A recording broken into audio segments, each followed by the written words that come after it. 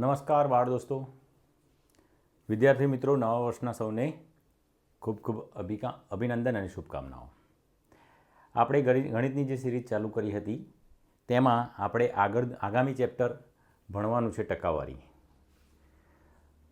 હવે રાબેતા મુજબ જેમ પહેલાં શેડ્યુલ હતું તેવી રીતે આપણે આગળના ક્લાસ લઈશું. મિત્રો, ટકાવારી ખૂબ જ અગત્યનો ટૉપિક છે. ટકાવારી ભણવાથી તમને સ્પર્ધાત્મક પરીક્ષામાં ઘણા બધા ચેપ્ટરમાં લાભ થશે. જો આ પ્રકરણ બહુ સારી રીતે સમજી લીધું તો તમે ઘણા બધા પ્રકરણોમાં આનો ઉપયોગ કરી શકશો અને સરળતાથી બીજા પ્રકરણો પણ શીખી શકશો. જેવા કે હું અહીં કેટલાક પ્રકરણોના નામ લખું છું. સાદું વ્યાજ, ચક્રવૃદ્ધિ વ્યાજ. સાદું વ્યાજ, ચક્રવૃદ્ધિ વ્યાજ. જો ટકાવારી શીખશો તો આ ચેપ્ટર સરળતાથી શીખી શકશો. ઉંમર આધારિત દાખલા, ઉંમર આધારિત દાખલા, આમાં પણ ટકાવારીનો ઉપયોગ થશે. આ ઉપરાંત સરાસરીના દાખલા, આ ઉપરાંત ગુણોત્તર અને પ્રમાણ, ગુણોત્તર અને પ્રમાણ, આ ઉપરાંત ભાગીદારીના દાખલા, ભાગીદારીના દાખલા, આ ઉપરાંત ભાગીદારીના સાદું વ્યાજ, ચક્રવૃદ્ધિ અને ભાગીદારી દાખલા, આ ઉપરાંત તમે કોયડાઓ,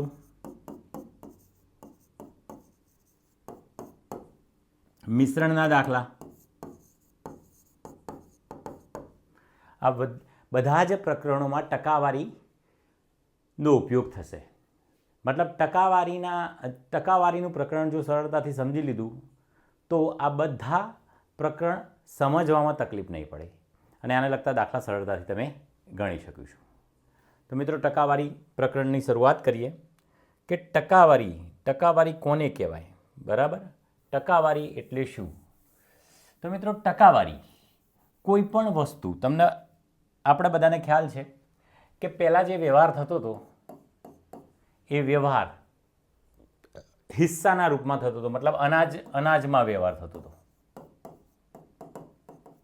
પછી અનાજ પછી આપણા લોકો વાપરતા લોખંડ, તાંબુ, અને અત્યારે રૂપિયામાં વ્યવહાર થાય છે. રૂપિયામાં વ્યવહાર થાય છે. બરાબર. પહેલાં જમાનાના લોકો ખેતી પર પોતાનું જીવન નિર્વાહ ચલાવતા હતા અને મજૂરીના આધારે ખેતરમાંથી જે પાકે એને પોતાની ટકાવારી પ્રમાણે વેચી લેતા હતા. વધારે મજૂરી કરી હોય એના વધારે હિસ્સો. બરાબર. તો તે હિસ્સો ટકાવારીના રૂપમાં વેચાતો હતો. લોખંડ અને તાંબુમાં પણ ટકાવારી હતી અને આજે રૂપિયામાં પણ ટકાવારી છે. મતલબ કે ટકાવારી ત્યાંની ત્યાં જ છે, બીજી રાશિઓ ત્યાં બદલાતી જશે. ટકાવારી કોને કહ્યું છે? મિત્રો, ટકા એ આ ટકાનું ચિહ્ન છે. આ ટકાનું ચિહ્ન છે. બરાબર. આપણે એવું કહી શકીએ કે કોઈ પણ વસ્તુની સોની સાપેક્ષે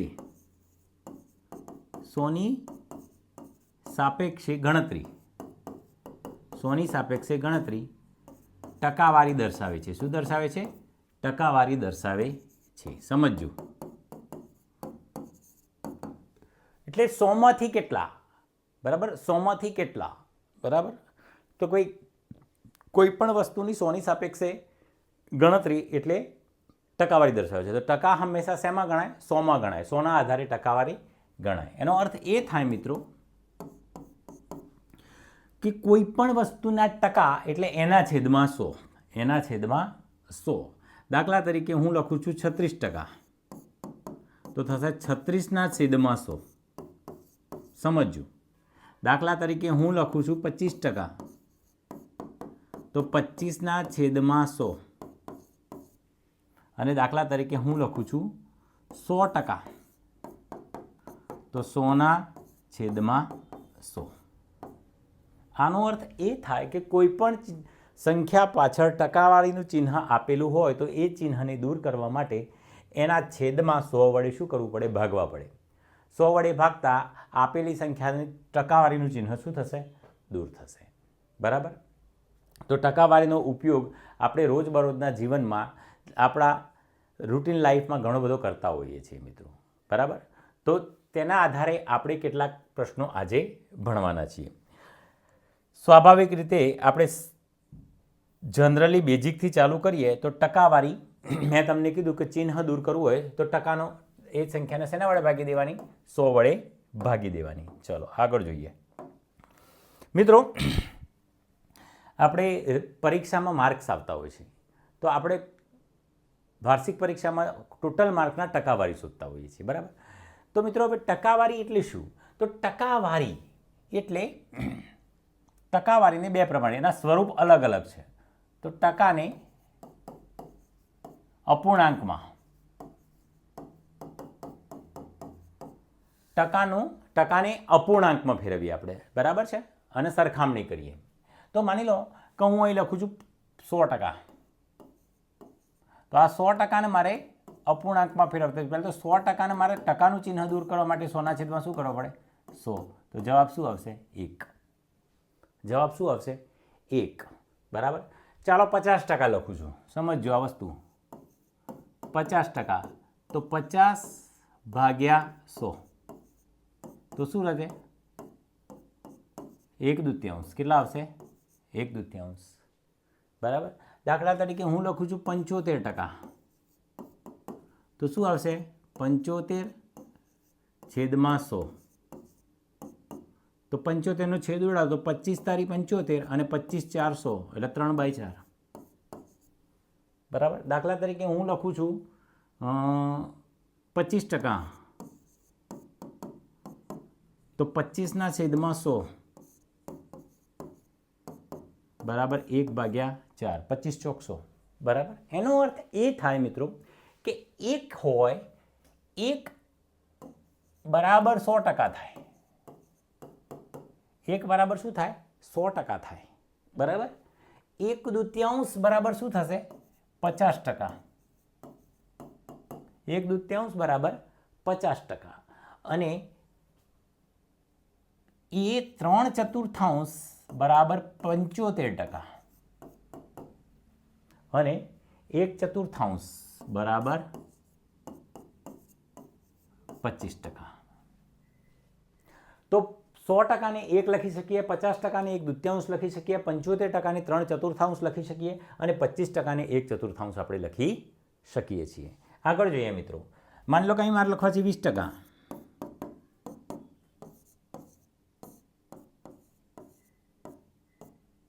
બે પંચા 10. તો 1/5. તો 1/5 ને આપણે કેવી રીતે લખી શકીએ? 20%. માની લો કે મારે લખવા છે 10%. તો 10ના છેદમાં 100 તો બરાબર 1/10. એનો અર્થ એ થાય કે 1/10 બરાબર 10%. 1/10 બરાબર 10%. જોતા જોઈએ તો 1/5ના 20% થાય છે. તો 1/5ના અડધા કેટલા થાય? 1/10. તો એના 10%. તો મિત્રો આવી રીતે આપણે આ દાખલા ગણવાના છે. બરાબર? અપૂર્ણાંક સ્વરૂપ જો તમને ખ્યાલ છે ટકાવારીનું તો તમે સરળતાથી દાખલા ગણી શકશો. સરળતાથી દાખલા તમે ગણી શકશો. હવે દાખલા તરીકે એવું લખું છે 12.5%. 12.5%. સમજો મિત્રો. 12.5%. 12.50%. 12.5%. બરાબર? હવે 12.5%ને આપણે કેવી રીતે લખી શકીએ? 12.5%. તો આને કેવી રીતે લખી શકાય? 1250 ભાગ્યા 100 થશે. 50ના અને એના છેદમાં પણ 100 થશે. તો આને કેવી રીતે લખી શકાય? આ મીંડું જતો રહ્યો. 125 ભાગ્યા 1000. તો 125 દુ 250. 250 અને 125 4 500 અને 125 8 1000. તો 125 8 1000 એનો અર્થ એ થાય કે આને 1/8 લખી શકીએ. આપણે શું લખી શકીએ? 1/8 લખી શકાય. 1/8 લખી શકાય. તો 12.5% એટલે 1/8. બરાબર. આ ખૂબ ઇમ્પોર્ટન્સ અપૂર્ણાંક છે ભાઈ, 12.5%. 12.5% ખૂબ ઇમ્પોર્ટન્સ અપૂર્ણાંક છે, તમારે ધ્યાન રાખવાનું છે. હું તો કહું છું 12.5, 12.5 નો ઘડિયો તૈયાર કરી દો તમે લોકો. 12.5 નો ઘડિયો તૈયાર કરી દો. ખૂબ જ ઉપયોગી ઘડિયો છે ટકાવારી ચેપ્ટર માટે. બરાબર. તો આ વસ્તુ ખાસ ધ્યાન રાખવાનું છે મિત્રો. બરાબર. ચાલો હવે જોઈએ. તો 12.50%. ચાલો હું એમ લખું 80%. ચાલો 80% આપણે ફેરવીએ તો 80 ભાગ્યા કેટલા થવાના? 100. 80 ભાગ્યા 100. 80 મીંડું મીંડું જશે. 4 દુ 8 અને 2 પંચા 10, તો 4 પંચમાંશ. તો 80%ને અપૂર્ણાંક સ્વરૂપે લખવું હોય તો એને 4 પંચમાંશ લખી શકાય. 4 પંચમાંશ લખી શકાય. તો મિત્રો ખાસ સમજવાની વસ્તુ એ છે કે કોઈ પણ ટકાવારી હોય, જો એનું અપૂર્ણાંક સ્વરૂપ તમને આવડતું હશે તો તમે ટકાવારીના દાખલા ખૂબ જ સરળતાથી ગણી શકશો. બરાબર. તો ખાસ ધ્યાન રાખજો. માની લો કે 33.33%. 33.33%. તો 33.33%ને અપૂર્ણાંકમાં આપણે ફેરવીએ તો કેવી રીતે ફેરવી શકીશું? તો 3333 ભાગ્યા 100 ગુણ્યા 100. બરાબર. તો આનો અર્થ શું થયો? 0.3333. 0.3333. તો 33%નો અર્થ આ થાય. બરાબર. આ બહુ સમજવાની વસ્તુ છે મિત્રો. જો આટલી વસ્તુ શીખી લીધી તમે તો તમને સરળતાથી આ પ્રશ્નોના જવાબ આવડશે અને તમે સરળતાથી આ પ્રશ્નો ગણી શકશો મિત્રો. બરાબર. તો ટકાવારીનો અર્થ એ થાય કે ટકાવારીનું ચિહ્ન દૂર કરવું હોય તો એને 100 વડે ભાગવાના, જેથી ટકાવારીનું ચિહ્ન દૂર થઈ જશે. હવે આગળ જોઈએ મિત્રો. 12.50%, 25% આવી ગયા. બરાબર. માની લો કે 37.5%. 37.5%. તો 37.5%નો અર્થ શું થાય? તો 12 તરી 36. 12 તરી 36. 36 ને દોઢ 37. તો આ 12.5%ના 3 ગણા છે. 12.5%ના કેટલા છે? 3 ગણા છે. હવે 12.5% બરાબર આપણે શું લખીએ છીએ? 1/8. તો આ 37.5% કેટલા લખાશે? 3/8. કેટલા લખાશે? 3/8. બરાબર. તો આટલા માટે અપૂર્ણાંક સ્વરૂપ તમારે ટકાવારી માટે યાદ રાખવાની જરૂર છે. અને ટકાવારીનું અપૂર્ણાંક સ્વરૂપ તમે યાદ રાખશો તો તમે સરળતાથી, બહુ જલ્દી અને ઝડપથી તમે દાખલા ગણી શકશો. ખ્યાલ આવ્યો મિત્રો? એટલા જ માટે દાખલા તરીકે આવો જ દાખલો પૂછાઈ ગયો કે ભાઈ, ઉદાહરણ તરીકે આ પ્રકારનો દાખલો પૂછાઈ ગયો કે 560 એક મિનિટ 1560ના 12.5% કેટલા થાય? 1560ના 12.5% કેટલા થાય? તો સીધું 12.5% એટલે 1/8 લખાય છે. એટલે 1560 ગુણ્યા 1/8 લખી દો એટલે તમને જવાબ મળી જાય. બરાબર. 8 એકા 8, 8 દુ 16, 8 એકા 8, 7 વાગ્યા 76, 8 નવા 72, 4 વધ્યા અને 8 પંચા 40, તો 195 થાય. 1560ના 12.5% કેટલા થાય? 195 થાય. તો આવી રીતે અપૂર્ણાંક સ્વરૂપ જો તમને ખ્યાલ હશે તો તમે સરળતાથી શું કરશો? દાખલા ગણી શકશો. બરાબર. એટલા જ માટે મિત્રો આપણે આ ધ્યાન રાખવાનું છે. બરાબર. તો આ ખાસ અપૂર્ણાંક સ્વરૂપે ટકાને કેવી રીતે દર્શાવે છે એના વિશે આપણે માહિતી મેળવી લીધી છે. બરાબર. ઉદાહરણ સ્વરૂપે એક આપણે દાખલો મેળવ્યો છે. દાખલા તરીકે તમને આવો દાખલો પૂછાય. આપણે એક બીજી સ્લાઇડ લઈ લઈએ. દાખલા તરીકે આવો દાખલો પૂછાય કે ભાઈ 1980ના 50% શોધો. તો 1980ના 50% એટલે આપણે શું લખી શકીએ? 1/2.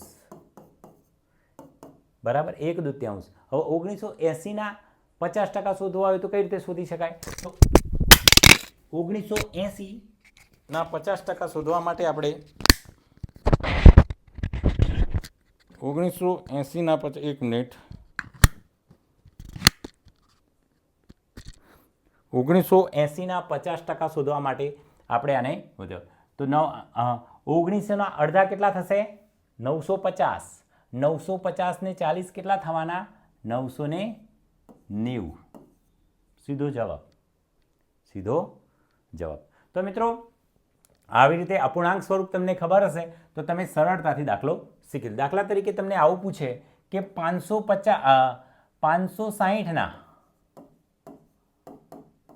37.5% શોધો. તો તમને હમણાં જ આપણે ભણ્યા 37.5% એટલે કેટલા લખી શકાય? 3/8 બરાબર. 7 × 8 = 56 એટલે 70 × 3 તો 210. 560ના 37.5% કેટલા થશે? 210. તો ટકાવારીના અપૂર્ણાંક સ્વરૂપ તમને ખબર હશે તો તમે સરળતાથી આ પ્રકારના દાખલાનો જવાબ આપી શકશો. બરાબર છે મિત્રો?